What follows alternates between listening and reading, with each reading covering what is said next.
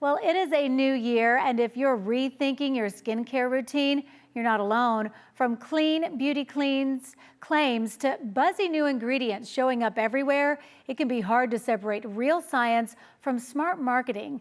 So joining us this afternoon to break it all down, what actually does work is board certified dermatologist and cosmetic surgeon, Dr. Melanie Palm. Dr. Palm, thanks so much for joining us. Good to see you again, Anna. I really am wanting to hear all the scoop because, especially your winter skin is so dry. It's different than summer skin, but you do want to refresh. You still want to look fresh. Yeah, and I think we're experiencing unusual weather. We've got Santa Ana's going on right now, and I feel like really it just dry. sucks the moisture out of our skin. Yes. So I think, we're in the early stages of January. A lot of people make new sort of resolutions. Sometimes it's skin resolutions. Yeah, take care of my skincare. skin this year. And I think if you flip through social media, you sometimes see these steps that just seem so laborious, so many steps. So many steps. I mean, who's going to do 12 skincare steps? So I think the first thing is just keep it easy and keep it simple. I like the KISS acronym, keep it simple, stupid. Yeah, it's okay. So I think maintaining something you're actually going to maintain, because if you actually do a habit for 30 days, it starts to stick. If you do it for,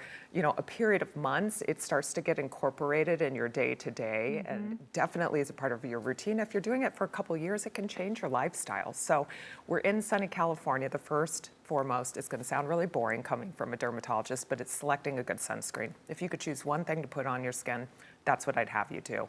Number two is using something at night like a retinoid or a retinoid alternative. So there's something called bakuchiol if you get too irritated, especially wintertime. I think it's a great thing that you can actually use. And if you're tolerating the melatonin or the bakuchiol product, as you transition into summertime, you actually may be able to tolerate the retinoid a little bit better because they work synergistically together.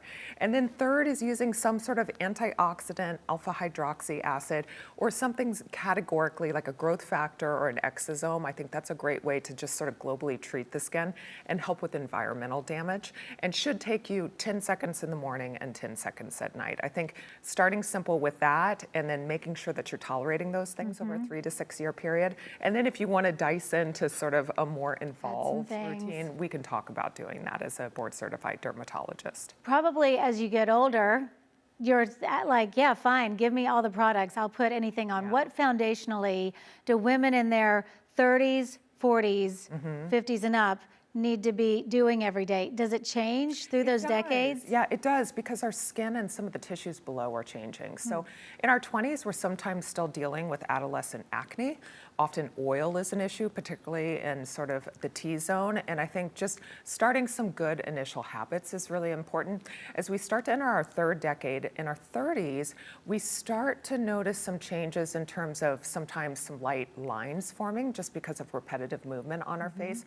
I think if we haven't been keeping up with sun protection, it starts to show. You start to see some early stages of photo damage. So that's when I think introducing something that's sort of anti-aging skin renewal in the face is really important. In our 40s, we're often perimenopausal, and there are hormonal changes that are happening in our skin and a lot of organs.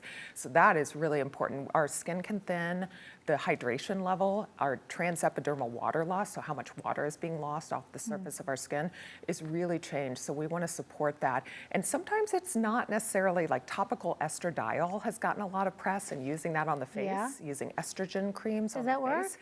It can and it can't. I think I get patients asking about that, and I think jury's still out a little bit. In a couple of situations, I think it's been completely appropriate, but if you look at the literature, in photo-exposed areas, if you're just using an estradiol cream and you're not using something like a retinoid, it actually worsened some of the skin texture. So it's not a panacea, but sometimes it can be helpful. So I think it's a place-by-place, person-by-person discussion, and that it is an active area of research. So I think we will start to see skincare products that are better supporting perimenopausal skin. As we enter our 50s, some of the same challenges, increasing thinning of the skin. 60s and 70s, if we've been in San Diego, we even start to get something called senile purpura, which is like easy bruising, particularly on surface of sort of the backs of the forearms. Our skin thins, and because of the sun exposure, even our vessels are a little bit damaged. So they're very compromised and they can bruise easily.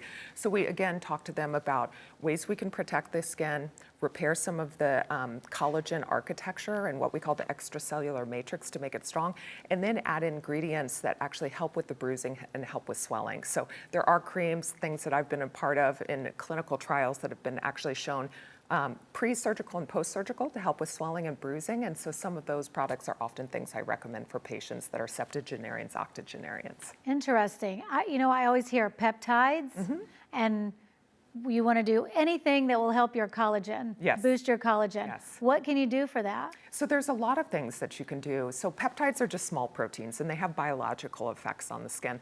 The ones that we tend to use for skin biology tend to help with collagen growth, which is the structural component of the second layer of our skin, elastin, which imparts elasticity to our skin, and then others that either help with inflammation or sometimes help with abnormal sort of vessel growth or abnormal inflammation related to vessels. So we're trying to reduce redness, help sort of manage pigmentation, and help create a more anti-inflammatory sort of component to the skin.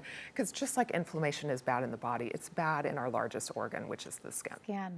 And so, something that we talked about before when you came on was how people are looking for more a natural aesthetic. Yes. And so talk to us about the trends that you're seeing moving into the new year.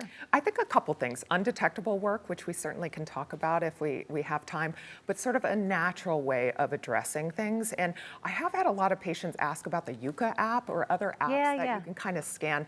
And I really ask them to look at things. So that is one person, she doesn't necessarily have a scientific degree, and I don't think it's giving you the full picture of products that have been approved by the FDA and are generally recognized as safe. Because the Yucca app, people are looking for clean products. Yes. We all want clean products, right? I don't want a bunch of junk in it, but we need to be well informed about it. Clean, non-toxic, and natural, I mean, that describes poison ivy.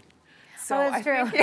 I think you have to be a little careful about what's the product and why we're using it. So some things need to be there. Preservatives, things that you're not getting bacterial growth in products over time that increase the shelf life. They've actually been tested.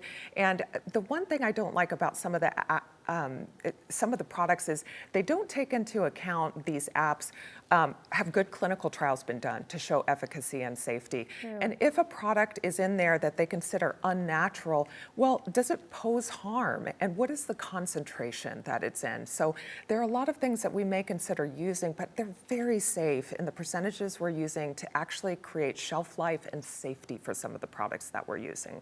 So the best thing we can do is ask questions to our dermatologist. Yes, and ask what and why. And sometimes allergists will also fall under this. Both dermatologists and allergists deal with reactions with the skin. And so you want to ask a little bit about it. As a cosmetic dermatologist, I'm very attuned to the ingredients that go into products. I've been involved in probably at this point 20 skincare studies. So I think it's not as simple as scanning an app saying it's got a bad ingredient, it got a bad score, I'm just going to dismiss it. Ask why that is. I think it's not just the what, it's the why.